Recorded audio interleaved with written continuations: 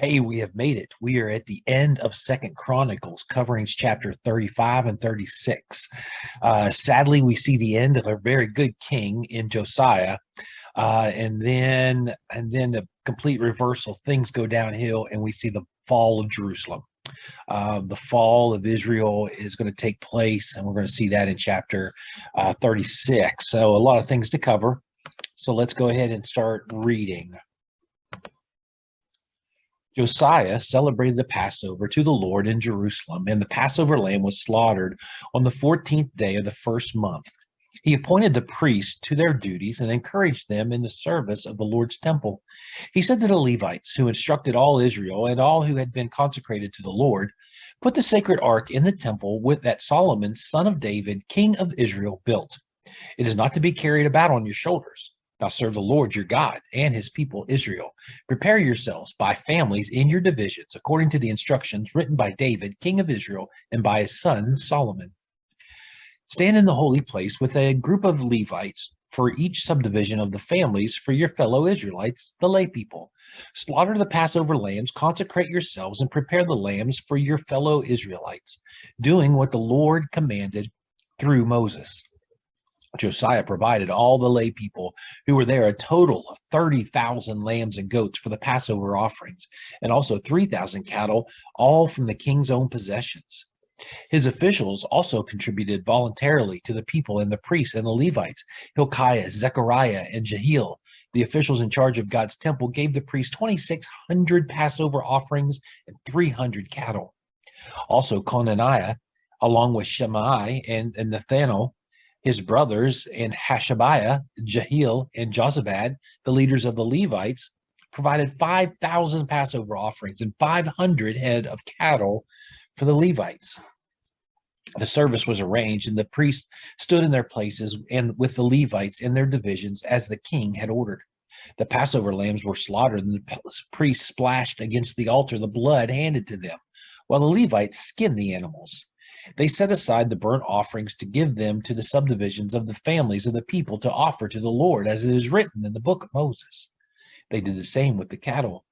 They roasted the Passover animals over the fire as prescribed, and boiled the holy offering in pots, cauldrons, and pans, and served them quickly to all the people. After this, they made preparations for themselves and for the priests, because the priests, the descendants of Aaron, were sacrificing the burnt offerings and the fat portions until nightfall. So the Levites made preparations for themselves and for the Aaronic priests. The musicians, the descendants of Asaph, were in the places prescribed by David: Asaph, Heman, and Jeduthun, the king's seer. The gatekeepers at each gate did not need to leave their posts, because their fellow Levites made the preparations for them. So at the time the entire service of the Lord was carried out for the celebration of the Passover and the offering of burnt offerings on the altar of the Lord, as King Josiah had ordered. The Israelites who were present celebrated the Passover at that time and observed the festival of unleavened bread for 7 days.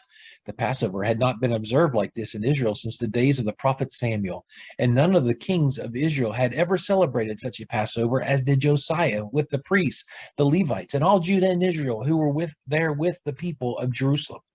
This Passover was celebrated in the 18th year of Josiah's reign.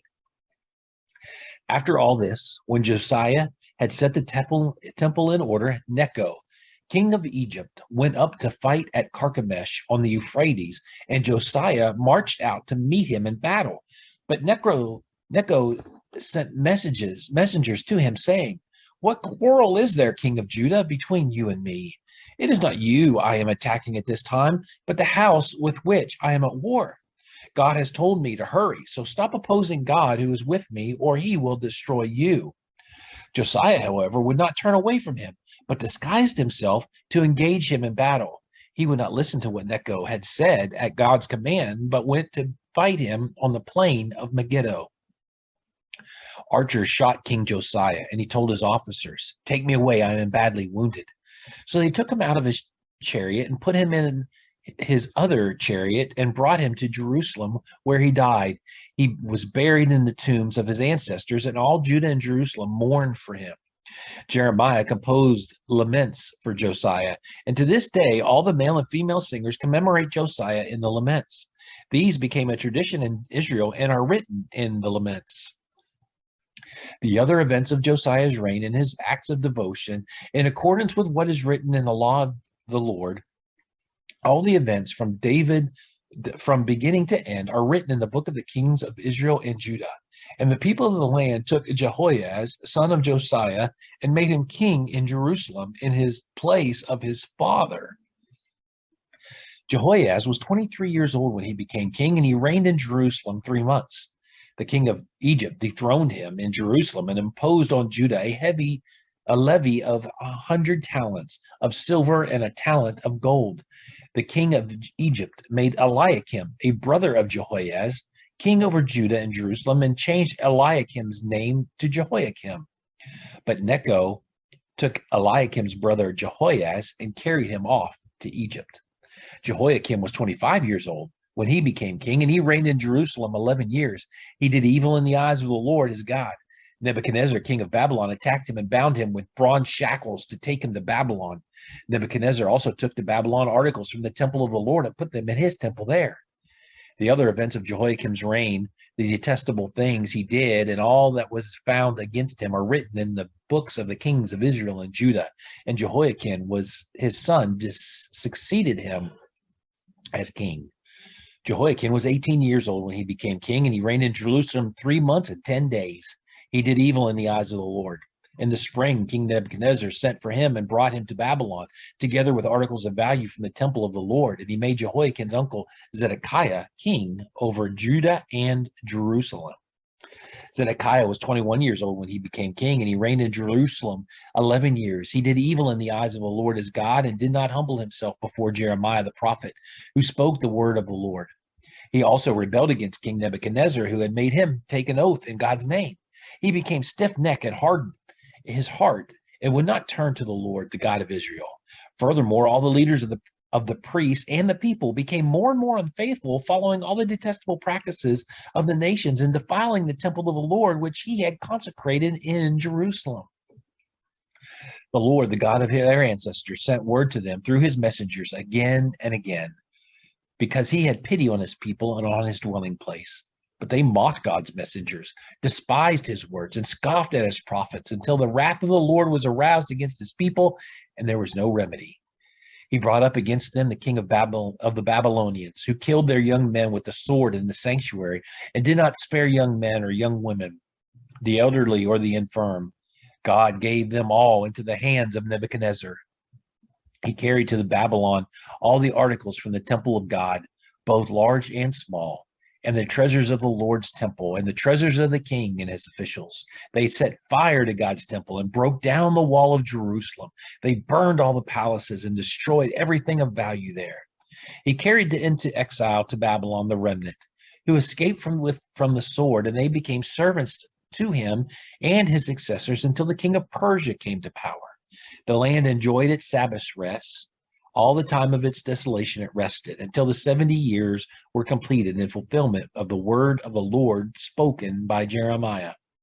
In the first year of Cyrus, king of Persia, in order to fulfill the word of the Lord spoken by Jeremiah, the Lord moved the heart of Cyrus, king of Persia, to make a proclamation throughout his realm, and also to put it in writing. This is what Cyrus, king of Persia, says. The Lord, the God of heaven, has given me all the kingdoms of the earth, and he has appointed me to build a temple for him at Jerusalem in Judah. Any of his people among you may go up, and may the Lord their God be with them. So several things I want to touch on. The bringing the ark back into the temple. You see, it had been removed when all these battles are going on and all these invasions are going on. It had been moved into the house of Shallum, who was the uncle of Jeremiah, and Shallum was also married to the prophetess Huldah that we talked about a couple of chapters ago. Now, here's where God just knows what he's doing and has prophesied that. And through Zechariah, in Zechariah chapter 12:11, he's referring to Jesus being rejected, but he also ties in the fact that Josiah being a good king and everybody was mourning, because he says, in that day there shall be great mourning in Jerusalem, like the morning at Hadad Ramon in the plain of Megiddo, where Josiah had died. So it's just an inference of a messianic prophecy that did take place. Josiah's son, the people chose Jehoiaz to be the next king, but he shouldn't have been. He was like the third in line. He wasn't the oldest son, but the people had voted him in, and it just went downhill from there. So in 605 BC, King Nebuchadnezzar takes Jerusalem. He takes it on his way down to battle Egypt, because the Pharaoh of Egypt had invaded parts of Babylon. So he defeats the Egyptians at Carchemish, and the Babylonian Chronicles. In fact, I want to show you this. This is in the British Museum, the Babylonian Chronicles. And it details this battle between King Nebuchadnezzar and the Pharaoh of Egypt. It gives great detail into what is taking place. But on the way back, King Nebuchadnezzar gets word. Well, he gets word that his dad is dying. And so in 2 weeks' time, he and his army travels 500 miles back home. In the midst of that, he grabs some of the remnants, some of the people of Jerusalem, some of the people of Judah. Daniel is one of them that goes back to Babylon with King Nebuchadnezzar. The fall of Jerusalem, it just doesn't happen at once. It takes place over several battles, several years. It starts in 605 BC and is finally completely destroyed in 586 BC, somewhere right around then. Finally, we see King Cyrus say, hey, I want the temple to be rebuilt. You guys can go back. Sadly, what we're going to find is that there weren't very many that wanted to go. They got used to their life and they didn't want to go back. They didn't want to start over. They didn't want to get refreshed by building the temple and the walls. It still gives us a reminder that sometimes we can get complacent with ourselves, and we need to ask for forgiveness. We need a fresh start. We need a refresher. We need to make that U-turn. And so when God opens doors, don't sit back, jump through them and take advantage of them. Have a great day.